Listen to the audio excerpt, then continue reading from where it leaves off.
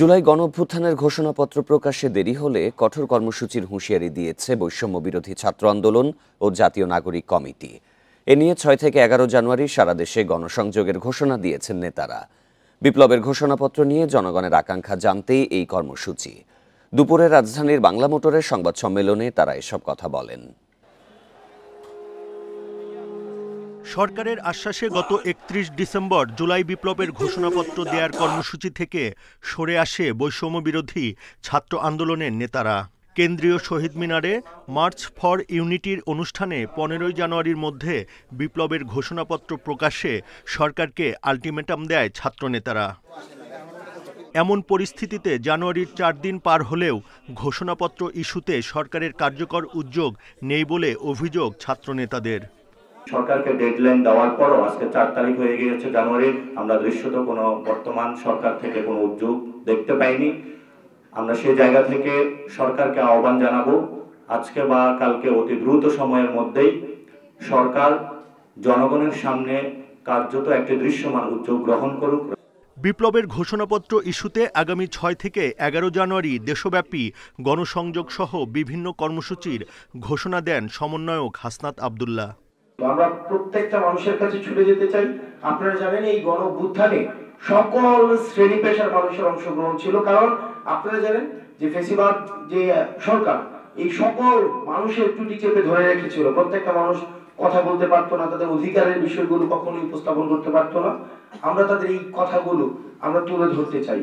জাতীয় গুরুত্বপূর্ণ বিষয়ে সরকারকে আরও কার্যকরী উদ্যোগ নেয়ারও আহ্বান জানান নেতারা। বলেন, সরকার ঘোষণাপত্র বাস্তবায়নে যে কোনো মতামত চাইলে ছাত্ররা সহযোগিতা করবে। দেশ গঠনে ৫ আগস্টের মতোই দলমত নির্বিশেষে সকলের সহযোগিতাও চান ছাত্রনেতারা। সকল অংশীজনের মতামতের ভিত্তিতে যেই ড্রাফটটি করা হয়েছে, পরবর্তীতে রিফাইন্ড ভার্সন সরকার যদি আহ্বান করে সেক্ষেত্রে আমরা সেটা দেখাতে প্রস্তুত রয়েছে। ঘোষণাপত্র নিয়ে শিক্ষার্থীদের আলটিমেটাম মানা না হলে কঠোর কর্মসূচি দেয়া হবে বলেও জানান নাগরিক কমিটির আহ্বায়ক। এই কর্মসূচিতে বুদ্ধদেব কুণ্ডু, ইন্ডিপেন্ডেন্ট নিউজ, ঢাকা। শেখ হাসিনাকে আশ্রয় দিয়ে ভারত পুরো বাংলাদেশের মানুষের সেন্টিমেন্টের বিরুদ্ধে অবস্থান নিয়েছে বলে মন্তব্য করেছেন জাতীয় নাগরিক কমিটির মুখ্য সংগঠক সার্জিস আলম। দুপুরে চট্টগ্রামের পোলো গ্রাউন্ড মাঠে ইসলামী আন্দোলন আয়োজিত ভারতের রাজনৈতিক ও সাংস্কৃতিক আধিপত্যবাদ শীর্ষক সেমিনারে তিনি একথা বলেন। তিনি আরও বলেন, আওয়ামী লীগের মাধ্যমে ভারত দীর্ঘদিন ক্ষমতার অপব্যবহার করেছে। বাংলাদেশের ওপর ভারত আধিপত্যবাদী আচরণ করলে তাদের সাথে বাংলাদেশের সম্পর্ক স্থায়ী হবে না বলেও হুঁশিয়ারি দেন তিনি। ভারতের আধিপত্যবাদ ভাঙার আহ্বান জানান তিনি। এ সময় শেখ হাসিনাকে আশ্রয় দিয়ে ভারত ভুল করেছে বলেও মন্তব্য করেন সার্জিস আলম। শেখ হাসিনাকে দেশে পাঠিয়ে বিচার মঞ্চে ফিরিয়ে দিতে তিনি আহ্বান জানান। আপনার মনে আছে নিশ্চয় আমার দেশ পত্রিকার শুধু ভারতকে স্পষ্ট একটা মেসেজ দিতে চাই, যেই খুনি শেখ হাসিনা ২০০০ মানুষকে খুন করেছে, যেই খুনি হাসিনাকে বাংলাদেশের মানুষ উৎখাত করেছে, বিতাড়িত করেছে, তাকে আশ্রয় দিয়ে পুরো বাংলাদেশের মানুষের সেন্টিমেন্টের বিপক্ষে আপনারা অবস্থান করছেন। বাংলাদেশের ওই বিচারের মঞ্চ, সেখানে তাকে পাঠানোর জন্য আপনারা ব্যবস্থা করবেন। সাতপন্থীদের গ্রেপ্তার, বিচার ও নিষিদ্ধ করার দাবিতে ১০ই জানুয়ারি বিক্ষোভ করবে জুবায়ের অনুসারীরা। দাবি না মানলে ২৫শে জানুয়ারি আলেম সম্মেলন থেকে আসবে কঠোর কর্মসূচি। শনিবার রাজধানীর কাকরাইলে সংবাদ সম্মেলন করেছে জুবায়েরপন্থীরা। এ সময় খেলাফত মজলিসের মহাসচিব মামুনুল হক মন্তব্য করেন, সাতপন্থীদের ইস্তেমা করার নৈতিক অধিকার নেই। ২০১৮ সাল থেকে বিভক্ত হয় তাবলিগ জামাত। সে বছর জুবায়ের ও সাতপন্থীদের সংঘর্ষে হতাহতের ঘটনা ঘটে। তাই ২০১৯ সাল থেকে ২ ভাগে ইস্তেমা অনুষ্ঠিত হচ্ছে। ১৭ ডিসেম্বরে দুপক্ষের সংঘর্ষে ৩ জন নিহত হয়। এ নিয়ে মামলা করেছে জুবায়েরপন্থীরা। এমন উত্তেজনার মধ্যেই ৩১ জানুয়ারি থেকে শুরু হচ্ছে ইস্তেমা। জুবায়েরপন্থী নেতাদের অভিযোগ, সাতপন্থীদের সঙ্গে দেশ বিদেশের অপশক্তির যোগসাজশ রয়েছে। তাদের বিরুদ্ধে দ্রুত পদক্ষেপ নেয়ার আহ্বান জানান তারা। এই নৃশংস হত্যাকাণ্ডে জড়িতদের দ্রুত গ্রেপ্তার ও দায়েরকৃত মামলার যথাযথ নিরপেক্ষ তদন্ত সাপেক্ষে অনতিবিলম্বে বিচার করার জোর দাবি জানাচ্ছি। এই দাবি আদায়ের লক্ষ্যে আগামী ১০ই জানুয়ারি শুক্রবার দেশব্যাপী বিক্ষোভ কর্মসূচি ঘোষণা করা হলো। দ্বন্দ্ব মেটানোর আগ্রহ দেখিয়ে খোলা চিঠি দিয়েছে সাতপন্থীরা। তবে জুবায়েরপন্থীরা আলোচনায় রাজি নয়। সেই রক্তের উপর দিয়ে আমরা কিভাবে তাদের সাথে আলোচনায় যেতে পারি, এই জন্য আমরা বলছি বারবারই যে আলোচনার জন্যই তো আমরাই উদ্যোগ নিয়েছিলাম এবং আমরা এখনো আলোচনা চাই। কিন্তু কথা হলো যে হত্যাকাণ্ডের বিচার তো করতে হবে। হত্যাকাণ্ডের বিচার না করলে বারবার একই ঘটনা ঘটছে। 2018 সালে 5,000 লোক সেখানে আহত হয়েছে, সেখানে প্রাণহানি ঘটেছে। আবারও 2024 সালে একই ঘটনা ঘটলো। এই জন্য আলোচনার জায়গায়, হত্যাকাণ্ডের বিচার আলাদা জায়গায়। 31 জানুয়ারি থেকে 2 ফেব্রুয়ারি জুবায়েরপন্থীদের এবং 7 থেকে 9 ফেব্রুয়ারি সাতপন্থীদের ইজতেমা। Adilur Rahman, independent news, Dhaka. গেল বছর মোট 6,359টি সড়ক দুর্ঘটনায় 8,543 জন নিহত হয়েছেন আর আহত হয়েছেন 12,608 জন। আগের বছরের তুলনায় 24 সালের সড়কে মৃত্যু বেড়েছে 7.5% আর আহত 17.73%। সকালে ঢাকা রিপোর্টার্স ইউনিটিতে এসব তথ্য জানায় যাত্রী কল্যাণ সমিতি। দুর্ঘটনা ঠেকাতে বেপরোয়া গতি ও মহাসড়কে 3 হুইলার বন্ধ সহ 13 দফা সুপারিশ করেছে সংগঠনটি। ঢাকা থেকে মাওয়া দেশের প্রথম এক্সপ্রেসওয়ে হয়ে উঠেছে দুর্ঘটনার হটস্পট। বেড়ে চলেছে প্রাণহানি। সর্বশেষ বৃহস্পতিবার রাতে সিরাজদি খানের নিমতল এলাকায় কভার্ড ভ্যানকে যাত্রীবাহী মিনিবাসের ধাক্কায় নিহত হন 2 জন। এ নিয়ে গেল 2 সপ্তাহে 15টি দুর্ঘটনায় প্রাণ ঝরেছে 12 জনের। দেশের বেশিরভাগ সড়ক মহাসড়কের একই চিত্র। যাত্রী কল্যাণ সমিতির তথ্য বলছে 2024 সালে 6,359টি সড়ক দুর্ঘটনায় প্রাণ হারান 8,543 জন, আহত 12,608 জন। নৌপথে সর্বমোট 6,974টি দুর্ঘটনায় 9,237 জন নিহত হয়েছে, 13,190 জন আহত হয়েছে। যদিও হাইওয়ে পুলিশের দাবি দুর্ঘটনা রোধে গতিসীমা, বাসের ফিটনেস তদারকি করা হচ্ছে। পরিবহনের যাত্রা শুরুর স্থল থেকে গন্তব্য পর্যন্ত রুট পারমিটও যাচাই করা হবে। স্টার্টিং পয়েন্ট এবং এন্ডিং পয়েন্টে আমরা করব, আগে চেক করে দেখবো কোন গাড়ি মালিকের সাথে। আজকে আমি অলরেডি ইনস্ট্রাকশন দিয়ে দিতে বুঝতে হবে, স্পিড বেঁধে দেবো আর স্পিডের উপর প্রচুর মামলা। আয়ুষ্কাল শেষ হওয়া যানবাহন তুলে নেওয়ার জন্য পদক্ষেপ নিয়েছে সরকার। মাঠে রয়েছে ভ্রাম্যমাণ আদালত। এরপরও দুর্ঘটনায় মৃত্যুর মিছিল না থামায় সমন্বিত উদ্যোগ না থাকাকে দায়ী করেছে বিআরটিএ। সম্প্রতি বুয়েট থেকে একটা পরীক্ষা করা হয়েছে এক ধরনের 3 হুইলার, যেটা 3 সিটার 3 হুইলার। এগুলোই আসলে সারা বাংলাদেশে প্রায় 70%ই এইগুলো 3 হুইলারের মধ্যে।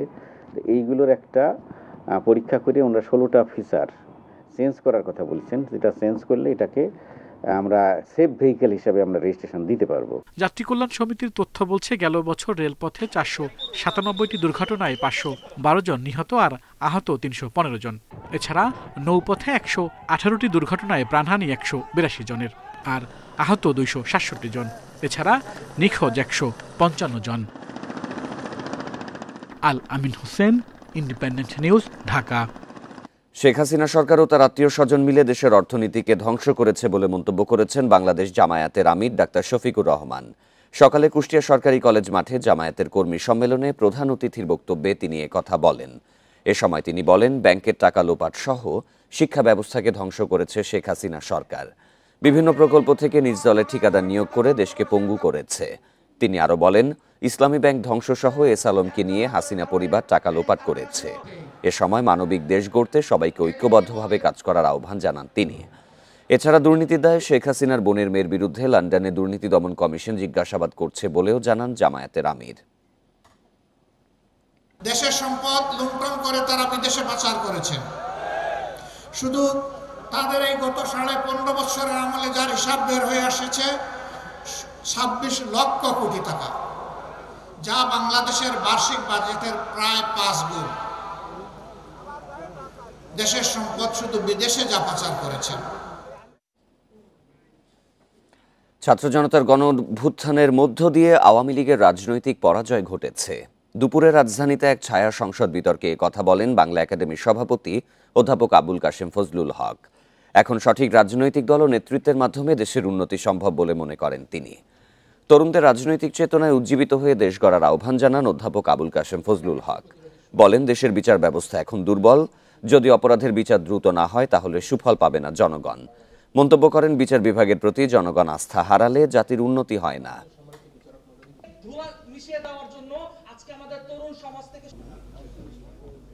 আসলে আওয়ামী লীগ তো রাজনৈতিকভাবেও পরাজিত হয়েছে, সামাজিকভাবেও পরাজিত হয়েছে। কোন দিক দিয়ে বেশি পরাজিত হয়েছে সেটা বিচারের বিষয়। এখানে যেভাবে আওয়ামী লীগ প্রধান শেখ হাসিনা দেশ ছেড়ে নিজের প্রধানমন্ত্রিত্ব ত্যাগ করে বাইরে চলে গেলেন, এটা তো অত্যন্ত দুঃখজনক ঘটনা। গত 6 মাসে প্রায় 20% তৈরি পোশাকের অর্ডার বাতিল করেছে বিদেশি ক্রেতারা। শ্রমিক অসন্তোষে এখনও আস্থা পাচ্ছেন না তারা। উদ্যোক্তারা জানিয়েছেন, আশুলিয়া এলাকার কারখানাগুলো নিয়ে আস্থা কম তাদের। বিজিএমইএ ও বিকেএমইএ এর হিসাবে পরিস্থিতির উন্নতি না হলে আগামী 6 মাসে সারা দেশে প্রায় 100 কারখানা বন্ধ হবে। সাভার ও আশুলিয়ায় ছোট বড় পোশাক কারখানার সংখ্যা 450টি। জুলাই অভ্যুত্থান পরবর্তী শ্রমিক অসন্তোষের কবলে এই এলাকার কারখানাগুলো বন্ধ হয়েছে। বিজিএমইএ ও বিকেএমইএ এর তালিকাভুক্ত 200 কারখানা। ব্যবসায়ীরা জানিয়েছেন, আশুলিয়া এলাকায় শ্রমিক অসন্তোষ পর্যবেক্ষণ করছেন বিদেশি ক্রেতারা। এসব কারখানায় কাজ দিতে আস্থা পাচ্ছেন না তারা।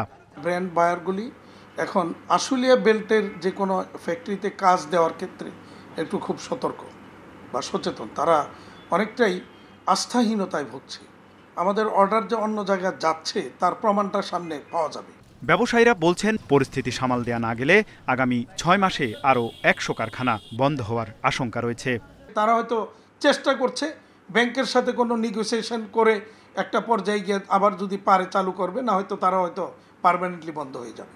অর্থাৎ আগামী 1 বছরে অন্তত আরও 100 ফ্যাক্টরি বন্ধ হয়ে যাওয়ার আমরা আশঙ্কা করছি। 100% ফ্যাক্টরি সচল রাখলে কিন্তু ধরুন ব্যাংকের রিপেমেন্ট করতে পারবো, ওয়ার্কারদের স্যালারি দিতে পারবো।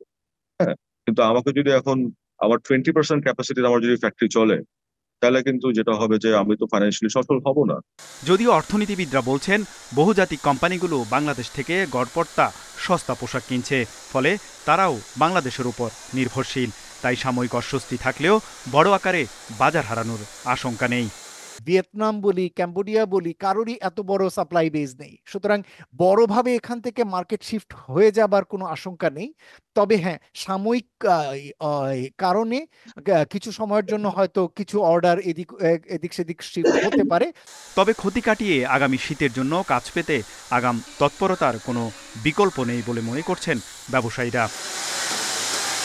তৌহিদ রানা, ইন্ডিপেন্ডেন্ট নিউজ, ঢাকা।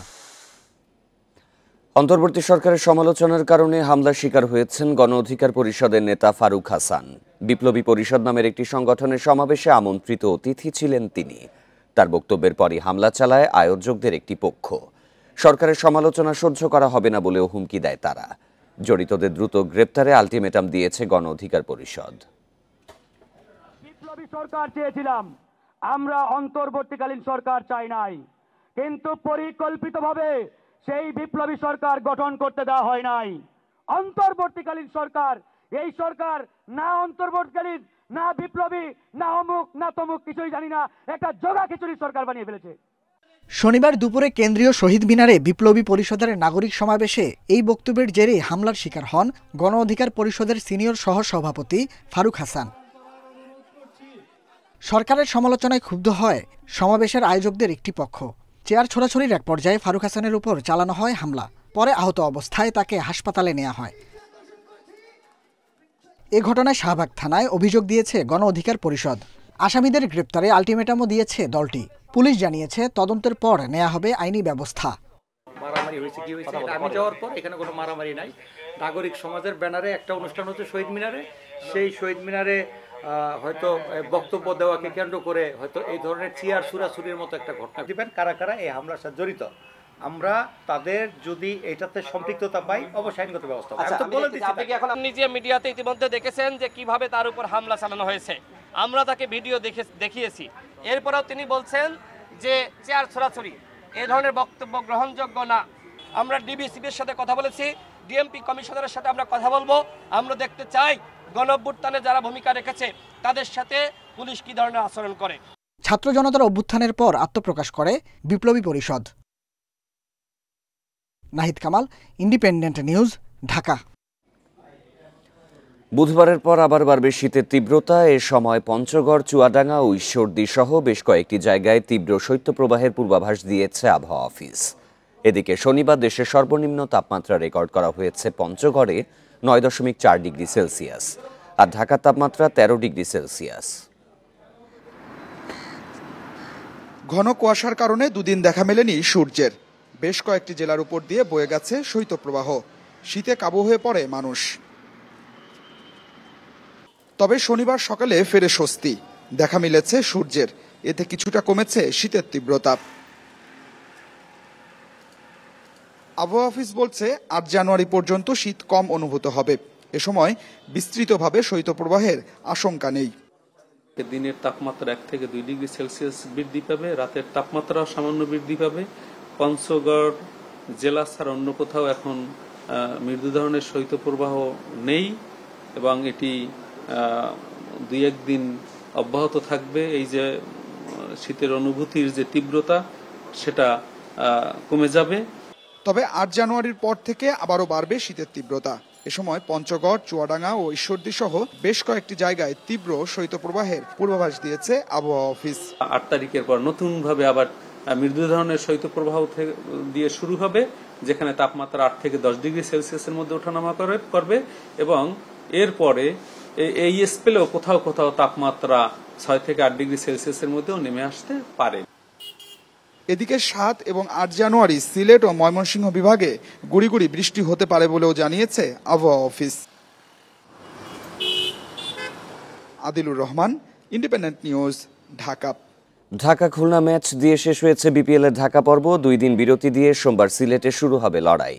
প্রথম ম্যাচে মুখোমুখি হবে সিলেট স্ট্রাইকার্স ও রংপুর রাইডার্স। লিগ ফেজের প্রথম পর্ব শেষে সবার উপরে রংপুর। গ্লোবাল সুপার লিগ চ্যাম্পিয়নরা 3 ম্যাচের সব কটিতেই জিতেছে। শতভাগ জয় আছে খুলনা টাইগার্সেরও। 2 ম্যাচে 4 পয়েন্ট নিয়ে তালিকার দ্বিতীয় অবস্থানে তারা। একটি করে জয় চিটাগাং, বরিশাল ও রাজশাহীর। সবচেয়ে বাজে অবস্থা ঢাকা ক্যাপিটালসের। 3 ম্যাচ খেলে এখনও জয়ের স্বাদ পায়নি দল। টেবিলে 6 ঢাকা আর তলানিতে সিলেট। স্পোর্টিং উইকেটে খেলা হওয়ায় ঢাকায় রান উৎসব হয়েছে এবার। তবে টিকিট না পাওয়াকে কেন্দ্র করে বেশ কয়েকবার বিক্ষোভের পাশাপাশি ভাঙচুরও হয়েছে। সিলেট পর্ব সফলে বিসিবির ওপর তাই কিছুটা বাড়তি চাপ। এই ছিল সংবাদ সন্ধ্যায়। আমন্ত্রণ পরের আয়োজনে।